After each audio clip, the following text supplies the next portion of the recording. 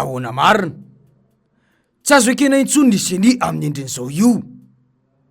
Ny fifidianana marina tsy mitongilana dia endrika fototry ny demokrasia. Ny firenena tena demokratika dia matetika no manao fifidianana mba hisolo tena ny vahoaka eo amin'ny sehatra maro. Noho izany anjara toerana lehibe mahakasika ny fifidianana izany eo aminy amaritana ny firenena ho demokratika, dia matetika ihany koa entin'ireo mpitondra mpanao didy jadona ny fifidianana mba isehoana fa manaja izany feom-bahoaka izany izy ireo. Ny tena zava-misy marina nefa dia fifidianana feno osoka sy alabato ary faneriterena no ataon'ireny mpitondra mpanao didy jadona ireny. Izany hoe demokrasia sadasada tsy vokatry ny safidim-bahoaka no atao. Izany zavatra izany no nisy eto amintsika hatramin'ny fifidianana tamin'ny taona 2024 izay natana doublon mihoatra ny iray tapitrisa. Izany sarotsarom-pifidianana izany no kendren'ireo mpitondra ho atao amin'ny fifidianana amin'ny taona 2024 sy ireo fifidianana manaraka rehetra amin'ny fametrahana ny Ceni sy ny HCC amin'izao fotoana izao, ka ireo mpitondra ireo ihany no ezahana ho apetraka eo indray. Mbola anaiky izany ve ny mpitarika politika sy ny vahoaka malagasy? Tamin'ny fikonan-doha lehibe tamin'ny volana Jolay lasa teo no namoaka fehi-kevitra ny mpanohitra notariany RMDM ary efa antaky ny fialan'ireo mpikambana vaovao amin'ny fitsarana avo momba lalam-panorenana na ny HCC. Mazava tsara ho an'ireo mpijaika manerana ny nosy fa tsy afaka itsara araky ny lalam-panorenana misy izy ireo, fa itongilana trany amin'ny mpitondra ankehitriny. Izany koa anefa dia nitohy tany Tomasina tamin'ny fandalovany filomarika Ravalomanana ka nanaovany antsoavo mba hisiny ny fiaonany erivelona rehetra amin'ny fanovana ny Ceni, satria ireo mpikambana vaovao voafidy na notendreny dia olo ny mpitondra fanjakana daholo, ary ireo androm-panjakana mpanao politika no nifidy ny sasany tamin'izy ireo. Hoy mantsy izy tamin'izany antso izany hoe ny président de republique amin'izao fotoana izao io, mino aho ary fantatro fa mbola irotsaka io, ary raha mirotsaka koa dia manana droit ny endry olona ao amin'ny Ceni. Dia noho izany zany dia tsy indépendant io, satria izy ao amin'ny fahefana dia hanendry olona samy zareo ihany. Inona tokoa moa, olon-drajoela ihany no notendreny, ary io izay voafidy ho filohan'ny Ceni vaovao io tamin'ny herinandro ity. Marina tokoa izany, ilay fa tsy maleo tena mihitsy ny Ceni vaovao ity. Tsy izay ihany anefa no nitranga, fa rehefa niona ihany koa ireo mpanohitra mivondrona ao amin'ny groupe panorama dia nanao antso ihany koa izy ireo mba anovana ny Ceni araky ny fehi-kevitra navoaka tamin'izany fotoana izany. Izahay antoko politika miombona mivondrona panorama dia mangataka ny mpiara-mombonandro nara-politika sy ara-bola mba hanatsara ny lalàna mikasika amin'ny fifidianana manomboka hatrany amin'ny fanisambahoaka ka hatrany amin'ny fanisambato, tansainay manokana ny fanatanterahana ao anatin'ny 2 taona ny fanovanana karatry ny mpifidy ho biometrika, ny fanovanany Ceni ho maleo tena izay antoka tokana fifidianana, azahoana fifidianana marina sy mangarahara ekeny rehetra tsy ahitana anarina miverimberina. Mazava tsara amin'izany fa tsy matokony Ceni amin'izao fotoana izao intsony ny mpanohitra, fa samy mangataka ny fanovana any Ceni izay tsy maleo tena mihitsy. Ireo antso izay nataon'ny mpanao politika mivondrona ao amin'ny fanoherana izao, na dia nodiny ireo mpitondra tsy nohenoana aza dia misy mihaino ihany, indrindra ny vondrona Europeanina izany.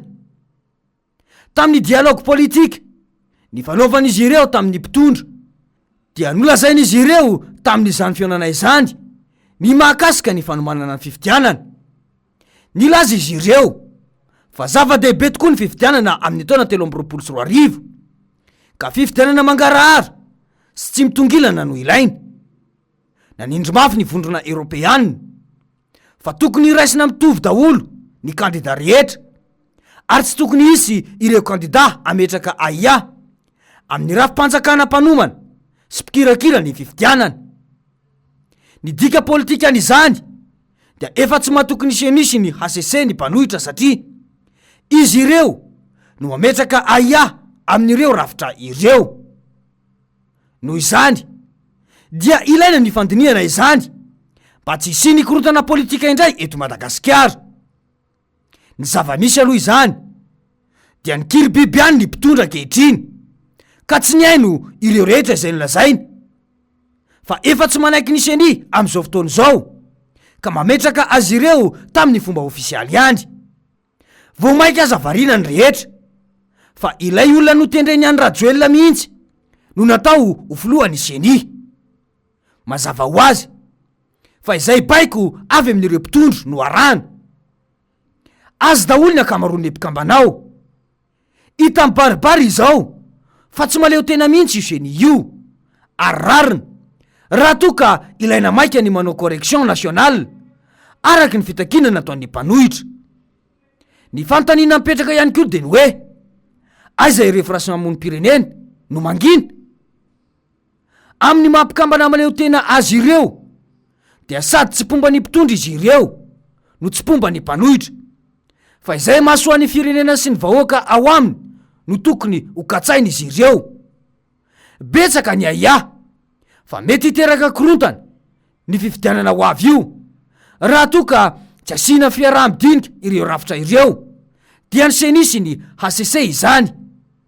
Efa iarahany rehetra mahita zao fa ny lalàna mametraka ny seni dia tsy hahatonga amin'ny fametrahana ny seni tena maleo tena mihitsy. Manana solo tena eo amin'ny seni ny firaisamonim-pirenena kanefa de to minia mikipy sy tsy miaino ireo aia misy amin'izao fotoana izao. Rehefa misy tokoa ve ny korontana vao mody amoaka fanambarana ny firaisamonim-pirenena amin'ny zava-misy fa tsy misoroka den'izao ny zavatra mety hitranga amin'izy ireo ve mety izao firafitry ny seni izao.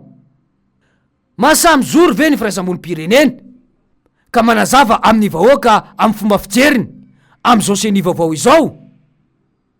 Lazao ny marina ny vahoaka satria izany no andraikitra tokony ho ataonareo.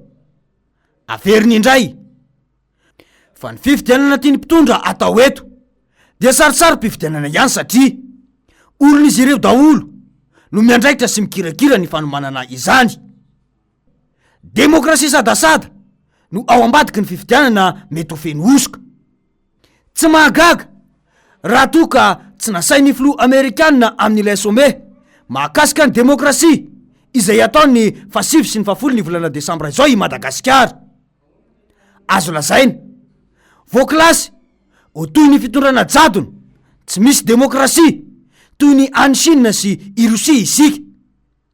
Tena mahamenatra ity fitondrana izay milaza fa demokraty kanefa tsy ekeny ivondrana iraisam-pirenena. Izany demokrasia sadasada izany.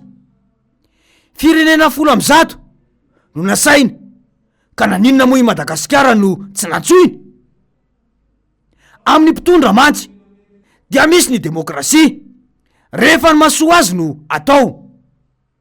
Aoka ho azava tsara ho amin'ny mpitondra fa odinihana amin'izany fianambe izany ny mikasika ny ady amin'ny didijadona, ady amin'ny kolikoly ary ny fanajana ny zon'olombelona. Raha ireo voalaza ireo dia zava-misy aty amintsika daholo ireo mitandrisaina ireo. Misy ny didijadona sy ny tsy fanajana ny tany-tandalana eto amintsika. Tena tompona andraikitra amin'izany ny mpitondra ankehitriny. Manjaka ihany koa ny kolikoly ary hita fa fanjakana tsy manaja zon'olombelona no misy eto amintsika. Zo fototra ny famatsiana ranony vahoaka, zo fototra ny fanehoan-kevitra ankalalahana sy ny fanaovana fivoriana ankalamanjana. Kanefa ireo rehetra ireo dia lavin'izao fitondrana izao daholo. Koa gaga ary ve isika raha toka tsy natsoina ny mpitondra amin'izany fivoriana lehibe mahakasika ny demokrasia izany. Ny fametrahana ny seni tsy maleo tena sy mitongilana dia efa manitsakitsaka ny zo fototra, ny fahalalana ny fidy sy ny fanajana ny safidim-bahoaka.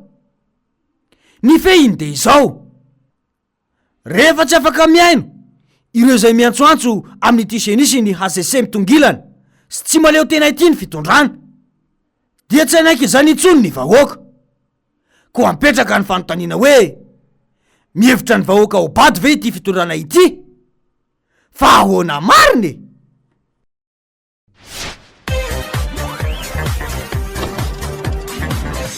ahoana mariny